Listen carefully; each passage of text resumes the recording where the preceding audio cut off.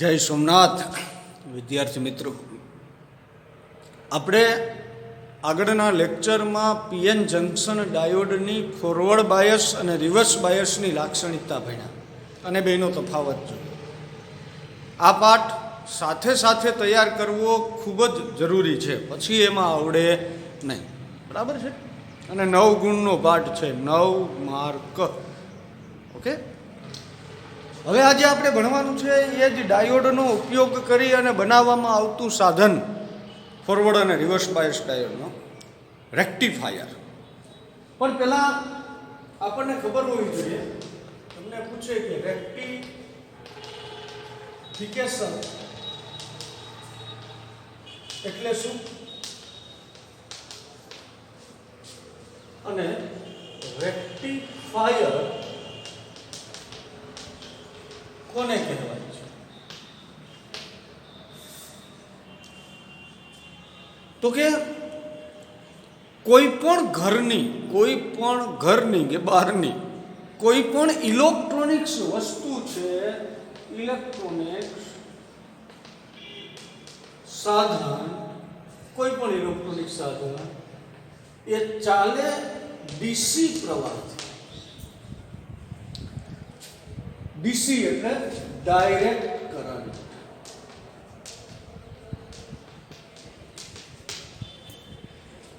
પણ આપણા ઘરમાં કયો પ્રવાહ આવે? એસી પ્રવાહ. એસી એટલે અલ્ટરનેટ કરંટ. ચાલે બધા સાધનો ડીસી. ડીસી એટલે આવો વોલ્ટેજ અને પ્રવાહનો સીધી લીટી છે, સમય સાથે બદલાવો જોઈએ નહીં. આ છે એ ડીસી પ્રવાહ છે, ડાયરેક્ટ કરંટ. જે પ્રવાહનું મૂલ્ય સમય સાથે બદલાતું ન હોય એ પ્રવાહને ડીસી પ્રવાહ કહેવાય. અને અલ્ટરનેટ પ્રવાહ એ પ્રવાહ આવો હોય. આ છે એસી પ્રવાહ, ઉલટ સુલટ શૃંગ અને ગર્તવાળો. સમય સાથે એ સતત શું થયા કરે? બદલાયા કરે. એટલે આપણા ઘરમાં જે એસી પ્રવાહ આવે એ 250 વોલ્ટનો હોય અને 50 હર્ટ્ઝ એની શું હોય? આવૃત્તિ. અમેરિકા હોય તો 60 હર્ટ્ઝની હોય. પણ ચાલે બધા ઇલેક્ટ્રોનિક્સ ઉપકરણો ડીસી થી આવે, ઉલટ સુલટ સીધાથી હાલે. એટલે એસીનું ડીસીમાં ફરજિયાત રૂપાંતરણ કરવું જ પડે. બેટરીઓ જે હોય, કોઈ પણ બેટરી હોય, એ બેટરીમાંથી ડીસી પ્રવાહ મળે. પણ બેટરીથી બધા સાધનો આંકીએ તો બેટરીનું આયુષ્ય હોય ને, ગમે એ આપણી ગાડીની કે બેટરી 2-5 વર્ષ થાય એટલે બદલાવવી પડે, મોંઘી આવે, વારંવાર ચાર્જિંગ કરવું પડે, તો એનો ખર્ચો વધી જાય. તો પરિણામે એસી પ્રવાહનું જ સીધું ડીસી પ્રવાહમાં રૂપાંતરણ કરવું પડે. અને એસી પ્રવાહનું ડીસી પ્રવાહમાં રૂપાંતરણ કરવા માટેની પ્રક્રિયાને, જે પ્રક્રિયા થાય એ પ્રક્રિયાને રેક્ટિફિકેશન કહેવાય. ડેફિનેશન જોજે, આ પાઠ બધાયમાં કાયમ આવશે. આગળ તું ગમે ત્યાં ભણે, 55 વર્ષ સુધી પીસો નહીં મળે. એસીનું ડીસીમાં રૂપાંતરણ કરવાની પ્રક્રિયાને રેક્ટિફિકેશન કહેવાય. અને જે સાધનની મદદથી આ પ્રોસેસ થાય, પ્રક્રિયા થાય, એ સાધનને રેક્ટિફાયર કહેવાય. હોય જ મોબાઈલનું ચાર્જર. હવે મોબાઈલમાં જ ભણીએ ને આપણે, મોબાઈલનું ઉપયોગ. મોબાઈલના ચાર્જરમાં જે પહેલાં ઓલું હોય ને, પ્લગમાં નાખીને બોથાયેલું, એમાં રેક્ટિફાયર હોય અડધો તરફ. એ એસીનું ડીસીમાં રૂપાંતરણ કરીને ચાર્જિંગ કરે બેટરીને. જો એમાંથી ઓલું કાપી, ઓલું બહુ આગળનું બોથાયેલું કાપીને સીધા છેડા નાખજો, જે નાખતા નહીં. આ તો કહો મોબાઈલ તરત જ બેટરી ઉપર લે. જેમ કે સીધો એસી પ્રવાહ આવ્યો, એ રેક્ટિફાયરનું એક ઉદાહરણ તમને ક્યાં હોય રેક્ટિફાયર, તો કે મોબાઈલના ચાર્જરમાં અર્ધ તરંગ રેક્ટિફાયર હોય. હમણાં જે ભણીએ કોઈ પણ ફ્રીજ હોય, ટીવી હોય, કોઈ પણ સાધન ચાલે ડીસીથી, એટલે રેક્ટિફાયર બનાવવામાં આવ્યું. કયા સિદ્ધાંતના આધારે એ રેક્ટિફાયર કામ કરે, તો કે પીએન જંકશન ડાયોડ હોય. પીએન જંકશન ડાયોડ જ્યારે ફોરવર્ડ બાયસમાં જોડાય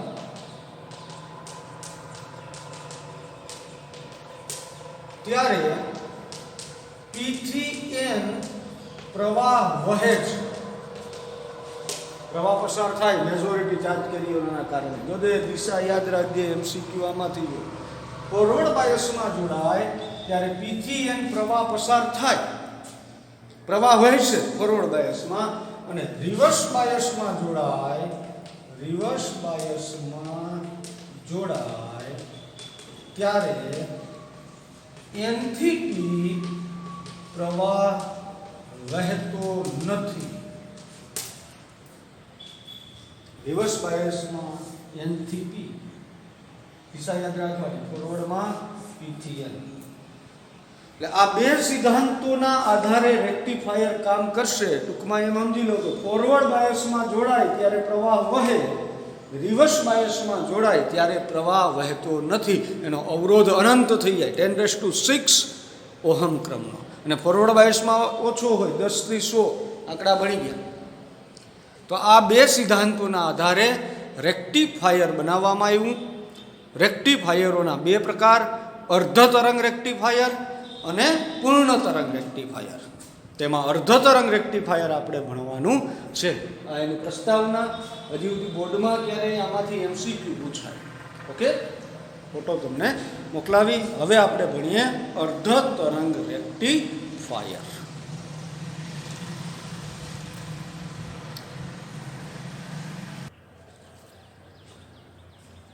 એના પછીનો પ્રશ્ન, અર્ધ તરંગ રેક્ટિફાયરનો પરિપથ અને તરંગો દોરી સમજાવો.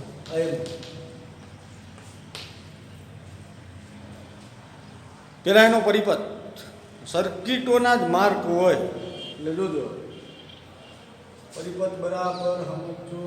અહીંયા એસી વોલ્ટેજ, એસીની સંજ્ઞા આખો પાઠ છે આપણે અલ્ટરનેટિંગ પ્રવાહ 250 વોલ્ટ અને 50 હર્ટ્ઝ આવૃત્તિવાળો એસી પ્રવાહ. એને અહીંયા ટ્રાન્સફોર્મર આને જોડવામાં આવે. આ ટ્રાન્સફોર્મરનું પ્રાઇમરી ગુજરું. આ ટ્રાન્સફોર્મર એ અલ્ટરનેટિવ પાઠમાં ભણશું. કોઇલ, આપણે બેટરી આપણે બળતી હોય ને એની અંદર જે કોઇલ હોય ને, કોઇલ એને ટ્રાન્સફોર્મર કહેવાય. આપણું સબસ્ટેશન હોય એ એક પ્રકારનું ટ્રાન્સફોર્મર જ હોય, એ કોઇલ. અને આ એનું સેકન્ડરી ગુજરું. એમાં આટા છે ને ઓછા રાખવા, સેકન્ડરી. પ્રાઇમરીમાં આટા વધારે રાખવા, સેકન્ડરીના આટા છે એ ઓછા રાખવા. ઓકે, આ જે રચના છે એને શું કહેવાય? ટ્રાન્સફોર્મર. જે આપણે ભણશું, મૂંઝાતા નહીં સાહેબ, આવશે બધું આવશે. અલ્ટરનેટિંગ પાર્ટ આખો છે. હવે અહીંયા પીએન જંકશન ડાયોડ એક જોડ્યો. આ પીએન જંકશન ડાયોડ, આ પી પ્રકાર, આ એન પ્રકાર. પી છેડો કેવો હોય? Positive. N for negative. Okay, અહીંયા એક અવરોધ બાર જોડવામાં આવે. આ અવરોધને આરએલ, આરએલ એટલે લોડ અવરોધ કહેવાય. આઉટપુટનો અવરોધ. આ જે ભાગ છે ને આઉટપુટ હોય, આઉટપુટ જે મળે એ. આ છે એ ઇનપુટ, જે દાખલ થાય ને એ ઇનપુટ, જે બહાર નીકળે એ શું હોય? આઉટપુટ. આઉટપુટ ભાગ. અવરોધ આરએલ, લોડ અવરોધ, એના બે છેડા વચ્ચેથી ડીસી પ્રવાહ છે એ મેળવવામાં આવે. અને વહેતો પ્રવાહનો માર્ગ આ રીતે હશે. હવે જોજો શું થાય. આ રેક્ટિફાયર, અર્ધ તરંગ રેક્ટિફાયરનો પરિપથ બરાબર દોરો. ઓકે, પ્રેક્ટિસ કરવી, આમ જોઈને ખબર પડી એટલે આમ ડાયોડ આ તે, પણ પેપરમાં લખવા જાય ને એટલે ચેકચાક થાય. આપણે અહીંયામાંથી હાથે લઈ આવવાનું છે, એ યાદ રાખજો. પરફેક્શન જરૂરી હશે. હવે અહીંયા ધારો કે તરંગ પસાર થયું એસી તરંગ, અહીંયા દર્શાવવાનું. આ છે એ શૃંગ. શૃંગ એટલે કયું અર્ધચક્ર? ઋણ અર્ધચક્ર. આ ઉપર હોય ને ધન, પછી અહીંયા બદલાવી નાખવાનું. આ છે એ ધન અર્ધચક્ર, આ છે એ ઋણ અર્ધચક્ર. અહીંયા ઋણ ધન, ધન ઋણ, તો અહીંયા ઋણ ધન. હવે જે અર્ધચક્ર પહેલા આવે, અહીંયા ધન છેડો આવ્યો ને, તો આ જે છેડો છે એ ધન થઈ જાય અને આ જે છેડો છે એ ઋણ થઈ જાય. હવે સમજજે, આમ આવ્યું, પેલા ધન આવ્યું તો પેલો છેડો આ બાજુનો ધન, ઋણ આવ્યું તો આ બાજુનો ઋણ. તો તમે જો અહીંયા ડાયોડનો આ તો ફિક્સ જ છે, પી ધન હોય, એન છે એ ઋણ હોય. ધન સાથે કયો જોડાણો? ધન. ઋણ સાથે કયો જોડાણો? ઋણ. એટલે ડાયોડ છે એ કેમાં જોડાઈ ગયો? ફોરવર્ડ બાયસમાં જોડાઈ ગયો. જ્યારે ડાયોડ પ્રથમ ધન અર્ધચક્ર આવે ત્યારે ડાયોડ આ છેડો ધન થઈ જાય, આ છેડો ઋણ થઈ જાય. ધન સાથે ધન, ઋણ સાથે ઋણ. ડાયોડ કેમાં જોડાય? ફોરવર્ડ બાયસમાં જોડાય. અને ફોરવર્ડ બાયસમાં જોડાતા વીજ પ્રવાહ છે એ પસાર થાય ડાયોડમાં, અને અહીંયા પ્રવાહ છે એ મળે. હવે પાછું આ તો કઈ એમણે એમ તો રહી નહીં, ક્ષણિક ભાગમાં છે એ થતું હોય તો જોયું. એટલે હવે ધારો કે ઋણ અર્ધચક્ર આવ્યું, ઋણ ધન, ઋણ પેલા ઋણ આવ્યું એટલે આ છેડો છે એ કેમાં થયો? ઋણ. આ છેડો છે એ કયો થયો? ધન. ધન એટલે ઋણ, ઋણ સાથે ધન. ડાયોડ છે ફોરવર્ડ ને બદલે કેમાં જોડાઈ ગયો? રિવર્સમાં. અને રિવર્સ બાયસમાં જોડાતા ડાયોડમાંથી વીજ પ્રવાહ પસાર થશે નહીં. સમજ્જે વાતને? ટૂંકમાં યાદ રાખ કે જ્યારે ધન અર્ધચક્ર આવે ત્યારે પ્રવાહ પસાર થાય. ધન અર્ધચક્ર આવે ત્યારે ડાયોડ ફોરવર્ડ બાયસમાં જોડાય અને પ્રવાહ પસાર થાય. ઋણ અર્ધચક્ર આવે એટલે ડાયોડ રિવર્સ બાયસમાં જોડાય અને પ્રવાહ પસાર થતો નથી. એટલે જ એક અર્ધચક્ર દરમિયાન પ્રવાહ પસાર થાય, બીજા અર્ધચક્ર દરમિયાન પ્રવાહ પસાર થતો નથી. એટલે જ આ રેક્ટિફાયરને કયું કહેવાય? અર્ધ તરંગ રેક્ટિફાયર કહેવાય. ધન અર્ધચક્ર દરમિયાન પ્રવાહ પસાર થાય. કેમ? હજી હું કહું કેમ, તો કે ધન અર્ધચક્ર આવે ત્યારે ડાયોડ ફોરવર્ડમાં જોડાય, ઋણ અર્ધચક્ર આવે ત્યારે ડાયોડ રિવર્સમાં જોડાય. એટલે પ્રવાહ આ રીતે પસાર થાય. તમે હું લખાણ મોકલાવી, એમાં માર્ગ ને બધું હશે, એ બી અને ડી સી આકૃતિમાં જે હોય. મુદ્દો આ યાદ રાખવાનો. ધન અર્ધચક્ર આવે ત્યારે પ્રવાહ પસાર થાય, ઋણ અર્ધચક્ર આવે ત્યારે પ્રવાહ પસાર થતો નથી. ઓકે, હવે ના તરંગો કેવી રીતે મળે? તો જાને હું વિકી નાખું.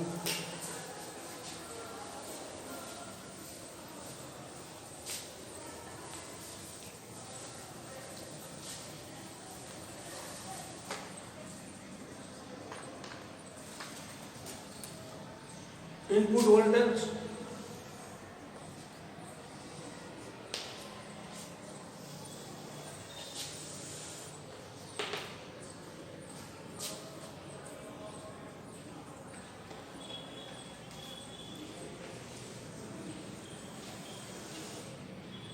અને ઓમેગા ટી આ 0 પાઈ 2 પાઈ 3 પાઈ 4 પાઈ. ઓકે, આ 0 આનું જે મેક્સિમમ મૂલ્ય હોય એને આપણે કહીએ Vm, મેક્સિમમ મૂલ્ય. આ છે ઇનપુટ IP, ઇનપુટ તરંગ. I/P એટલે ઇનપુટ તરંગ. જે એસી પ્રવાહનું આપ્યું છે. હવે આમાં શું થાય? આઉટપુટ તરંગ હવે જોઈએ રેક્ટિફાયરની બહાર કયો નીકળે. આ એસી પ્રવાહ હોય. રેક્ટિફાયર એસી નું રૂપાંતરણ કેમાં કરે? ડીસી માં. ઇનપુટ Vi અને V0 કહી દઉં. હવે ધન અર્ધચક્ર, આ ધન અર્ધચક્ર, આ ઋણ, આ ધન, આ ઋણ. ધન અર્ધચક્ર આવે ત્યારે પ્રવાહ પસાર થશે. કેમ? તો કે ડાયોડ કેમાં જોડાશે? ફોરવર્ડ બાયસમાં. એટલે આ પ્રવાહ પસાર થયો 0 પાય. ઋણ અર્ધચક્ર આવશે, પ્રવાહ પસાર થશે નહીં. કેમ કે ડાયોડ કેમાં જોડાઈ ગયો? રિવર્સ બાયસમાં. ધન અર્ધચક્ર આવશે, પ્રવાહ પસાર થશે. આ થયો 2 પાય 3 પાય. ઋણ અર્ધચક્ર આવશે, પ્રવાહ પસાર થશે નહીં. આ થયું આઉટપુટ તરફ. એટલે ઋણ અર્ધચક્ર દરમિયાન ગેપ મળશે, પણ મળ્યો એક જ દિશાનો પ્રવાહ. એસી પ્રવાહનું રૂપાંતરણ કેમાં થયું? ડીસીમાં. પણ ઋણ અર્ધચક્ર દરમિયાન પ્રવાહ મળતો નથી. એટલે આ સાધનને અર્ધ તરંગ રેક્ટિફાયર છે કહેવાય. પ્રથમ અર્ધચક્રને આમ લખાવાય. આ અર્ધચક્ર છે ને આને આમ લખાય 0 < omega t < pi. આ પ્રથમ 0 થી પાઈ. ઓમેગા ટી છે અહીંયા જો આ ઈ કોન્સ્ટન્ટ હોય બધાય માટે. એને કડા કહેવાય. કડા અચળ રહે. આ ચક્ર દરમિયાન પ્રવાહ પસાર થાય. પછી આ ચક્રને લખવું હોય તો આ ચક્રને અહીંથી પાઈ થી ક્યાં 2 પાઈ. એટલે પાઈ < omega t < 2 પાઈ. ઓમેગા ટી તો રહે જ. આ ચક્રને લખવું હોય તો કે તો મને 2 પાઈ < omega t 3 પાઈ. ઓકે, લખાણમાં લખવું જોઈએ આ બધું.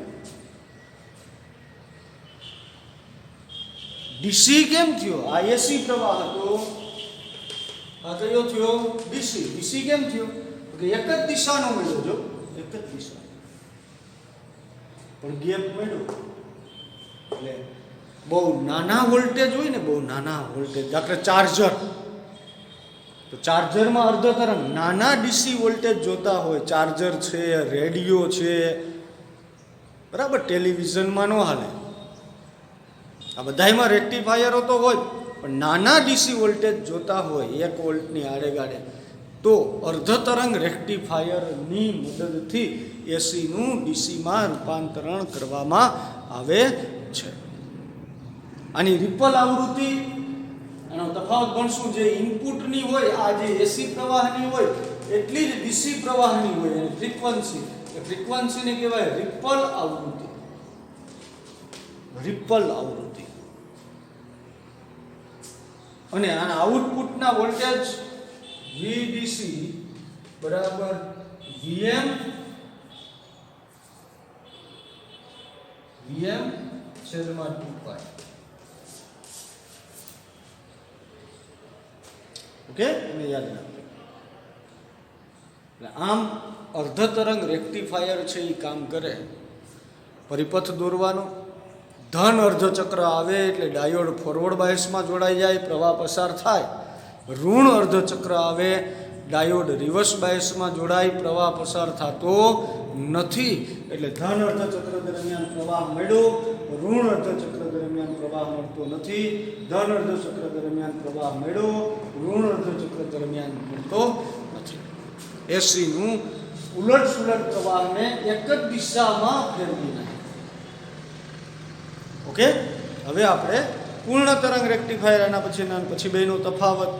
એટલે હવે પાઠમાં 4, 5, 5, 6 લેક્ચરો હવે બાકી છે, પણ સાથે સાથે તૈયારી કરવી જરૂરી. જે લખાણ આપવું એ લખાણ લખવાનું, વાંચવાનું, ફરીથી મોઢે લખવાનું. હવે પ્રેક્ટિસ કરવાની. કોરોનાની રીતે કામ કરશે, આપણે આપણી રીતે કામ કરવાનું. ઓકે, તો આવતા લેક્ચરમાં આપણે પૂર્ણ તરંગ રેક્ટિફાયર છે એ ભણશું.